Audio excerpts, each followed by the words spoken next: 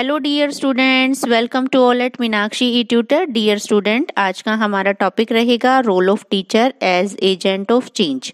प्यारे बच्चों, अगर हम थोड़ा सा टॉपिक को एनालाइज करें तो हमें यहाँ दो कंसेप्ट समझ में आते हैं। सबसे पहले कि ये बदलाव क्या है और अध्यापक की उस बदलाव में भूमिका क्या है। तो सबसे पहले हम जानने की कोशिश करते हैं कि चेंज क्या है, बदलाव क्या है, परिवर्तन क्या है। परिवर्तन या बदलाव बेसिकली क्या है? The process of replacing something with something new और डिफरेंट। प्यारे बच्चों, जब हमारे समाज का कोई एक पर्टिकुलर स्ट्रक्चर है, ढांचा है, उसमें हम कुछ नया बदलाव करते हैं, कुछ नया चेंज लाते हैं, कुछ कस्टम ट्रेडिशंस को मॉडिफाई करते हैं, दैट इज सोशल चेंज। यहाँ बेसिकली अगर हम उदाहरणों की सहायता से लें, एक लड़की के पहले लंबे बाल थे, अब उसने छोटे बाल करवा लिए तो उसका हेयर स्टाइल चेंज हो गया, बदलाव आ गया उसकी पर्सनैलिटी में। यहीं और हम एग्जाम्पल लें, पहले मोबाइल फ़ोन कैसे होते थे, लैंडलाइन फ़ोन होते थे, उनकी जगह पे अब हम मोबाइल यूज़ करते हैं, तो उनका भी परिवर्तन हुआ है। इसी तरीके से हम घर में जो टीवी देखते हैं, वो टीवी का पहले कैसा स्ट्रक्चर होता था, बड़े बड़े टीवी होते थे, अब हम उनको एक स्मार्ट टीवी के नाम से जानते, तो वो उसके स्ट्रक्चर में बदलाव है। तो यहाँ परिवर्तन का मतलब क्या हुआ कि किसी भी बेसिक स्ट्रक्चर में बदलाव होना, किसी पर्टिकुलर ऑब्जेक्ट्स को नए चीज में कन्वर्ट करना बदलाव कहलाता है। ये बदलाव आवश्यक क्यों है? क्योंकि समाज में कहावत है, परिवर्तन प्रकृति का नियम है। बहुत सारी जगह आपने ऑब्जर्व किया होगा कि अगर हम एक जगह पानी को रख दें और उस पानी को थोड़े दिनों के बाद देखें तो वो सड़ने लगता है। कहते हैं कि अगर जीवन में या प्रकृति में बदलाव ना हो तो वो स्थिर हो जाएगी, रुक जाएगी उसकी गति। तो परिवर्तन का मतलब क्या है कि अगर हम कुछ आगे बढ़ना चाहते हैं तो हमें कुछ न कुछ बदलाव आवश्यक हैं।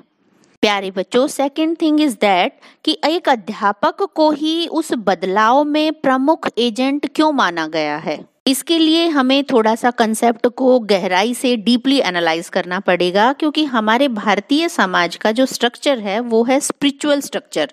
हम आध्यात्मिकवादी हैं, भगवान में हमारी आस्था है। बेसिकली एक स्ट्रक्चर के अकॉर्डिंग अगर हम बात करें तो हम संतुष्ट नेचर के हैं, हमें संतुष्टि मिलती है हर एक लेवल पे। तो यहाँ पे उस परिवर्तन को हम सहज ही स्वीकार नहीं कर पाते, लेकिन ये भी एक वास्तविकता है कि परिवर्तन अनिवार्य है और हमारी सोसाइटी का स्ट्रक्चर ऐसा है कि वो परिवर्तन को स्वीकार नहीं करना चाहता। इतिहास गवाह है कि जैसे जैसे समाज के रीति रिवाजों में, परंपराओं में बदलाव हुए, उनका संघर्ष बहुत बड़ी चुनौती था। अर्थात हम एज ए एग्जाम्पल लें, जैसे सती प्रथा को बंद किया गया, बाल विवाह पर रोक लगाई गई, इसी तरीके से महिलाओं को शिक्षा के लिए आगे लाया गया। ये बहुत सारी चीजें ऐसी थी जिसमें लोगों को बहुत सारे विरोध का सामना करना पड़ा। अर्थात जैसे ही महिला शिक्षा को आगे लाने की बात खड़ी हुई, समाज उसके पक्ष में नहीं था। इसी तरीके से आज भी अगर हम समानता की बात करते हैं या महिला सशक्तिकरण की बात करते हैं तो बहुत सारी चुनौतियां हैं, बहुत सारे चैलेंजेस हैं। अर्थात आज भी हम परिवर्तन को स्वीकार नहीं कर पा रहे हैं। और यहाँ एक अध्यापक एक प्रमुख एजेंट के रूप में क्यों है? क्योंकि जैसे हमने पहले बताया कि भारत का जो स्ट्रक्चर है वो स्पिरिचुअल बेस है। हम भगवान में आस्था रखते हैं और भगवान में आस्था रखने के साथ साथ हमारे समाज में एक परंपरा रही है। कबीरदास जी का एक बहुत फेमस आपने लोकोक्ति सुनी होगी, गुरु गोविंद दो खड़े काके लागू पाए, बलिहारी गुरु आपने गोविंद दियो में लाए। अर्थात भगवान और गुरु दोनों खड़े हैं, तो ऐसी परिस्थिति में हमें गुरु को प्रणाम करना चाहिए। इसी तरीके से एक और एग्जाम्पल हम कबीरदास जी का ही देना चाहते हैं, जिसमें कबीरदास जी कहते हैं कि वो लोग तो अंधे हैं जो गुरु को ईश्वर से अलग समझते हैं। अर्थात गुरु को भगवान का दर्जा दिया गया है। यहाँ जब गुरु को भगवान का दर्जा दिया गया है तो गुरु को एक प्रमुख एजेंट माना गया है, क्योंकि आज के टाइम में और प्राचीन टाइम में जो एक चीज थी जो सिमिलर थी, वो क्या है कि गुरु को सम्मान देना। पहले भी समाज में गुरु को सम्मान दिया जाता था और आज भी समाज में गुरु की इतनी ही इम्पोर्टेंस है, क्योंकि न्यूक्लियर फैमिली है, सिंगल परिवार हैं और सिंगल परिवार में माता पिता दोनों वर्किंग हैं। तो बेसिकली जो बच्चा है वो टीचर के पास ही जाता है, वो ट्यूशन पढ़ने के लिए जाए या स्कूल में जाए, अपना most of the time teacher के पास स्पेंड करता है। तो टीचर की जो मॉरल सपोर्ट है, जो मॉरल वैल्यूज हैं, जो उसका कैरेक्टर है, उसका ऑटोमेटिकली असर बच्चे पर पड़ता है।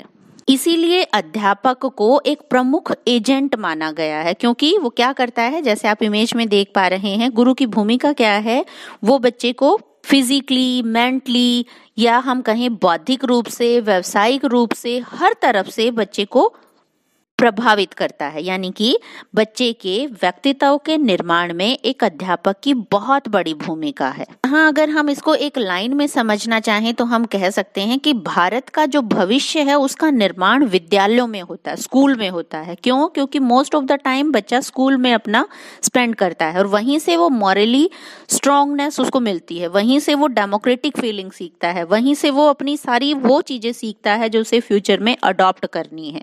प्यारे बच्चों, अगर हम आज के संदर्भ में बात करें तो एक टीचर की भूमिका और ज़्यादा इम्पोर्टेंट हो गई है। उसके बहुत सारे कारण हो सकते हैं, जैसे आज के जो विद्यार्थी हैं वो बहुत ही सजग हैं, कुशल हैं और अपडेट हैं। लेकिन इसके साथ साथ आज एक प्रॉब्लम भी क्रिएट हुई है। आज टेंशन्स बहुत हैं, मेंटली डिस्टर्बेंस बहुत है। तो इस वजह से हम अगर बच्चों को सही गाइडलाइन दें तो बच्चे क्या कर सकते हैं, उचित प्रशिक्षण लेके और अपना अच्छा सदुपयोगी शिक्षण करके जिम्मेदार नागरिक बन सकते हैं। तो एक अध्यापक होने के नाते ये हमारी नैतिक जिम्मेवारी है कि हम बच्चों का बौद्धिक विकास, शारीरिक विकास, मानसिक विकास तो करें ही करें, साथ ही साथ उन्हें मोरल सपोर्ट भी करें। तो एक अध्यापक ही वह व्यक्ति है जो इस पूरे समाज में बदलाव ला सकता है, क्योंकि सबसे बेसिक बात जो हमें समझ में I most of the time, और सबसे विश्वासी व्यक्ति अध्यापक ही होता है, कि अध्यापक केवल हमें किताबी ज्ञान ही नहीं अपितु जीवन जीने की कला सिखाता है। तो मुझे उम्मीद है आपका आज का कंसेप्ट समझ में आया होगा कि एक अध्यापक को चेंज एजेंट क्यों कहा जाता है। प्यारे बच्चों, मुझे उम्मीद है कि आप भी भविष्य में एक बेहतर अध्यापक बनेंगे। इसी आशीर्वाद और उम्मीद के साथ थैंक यू।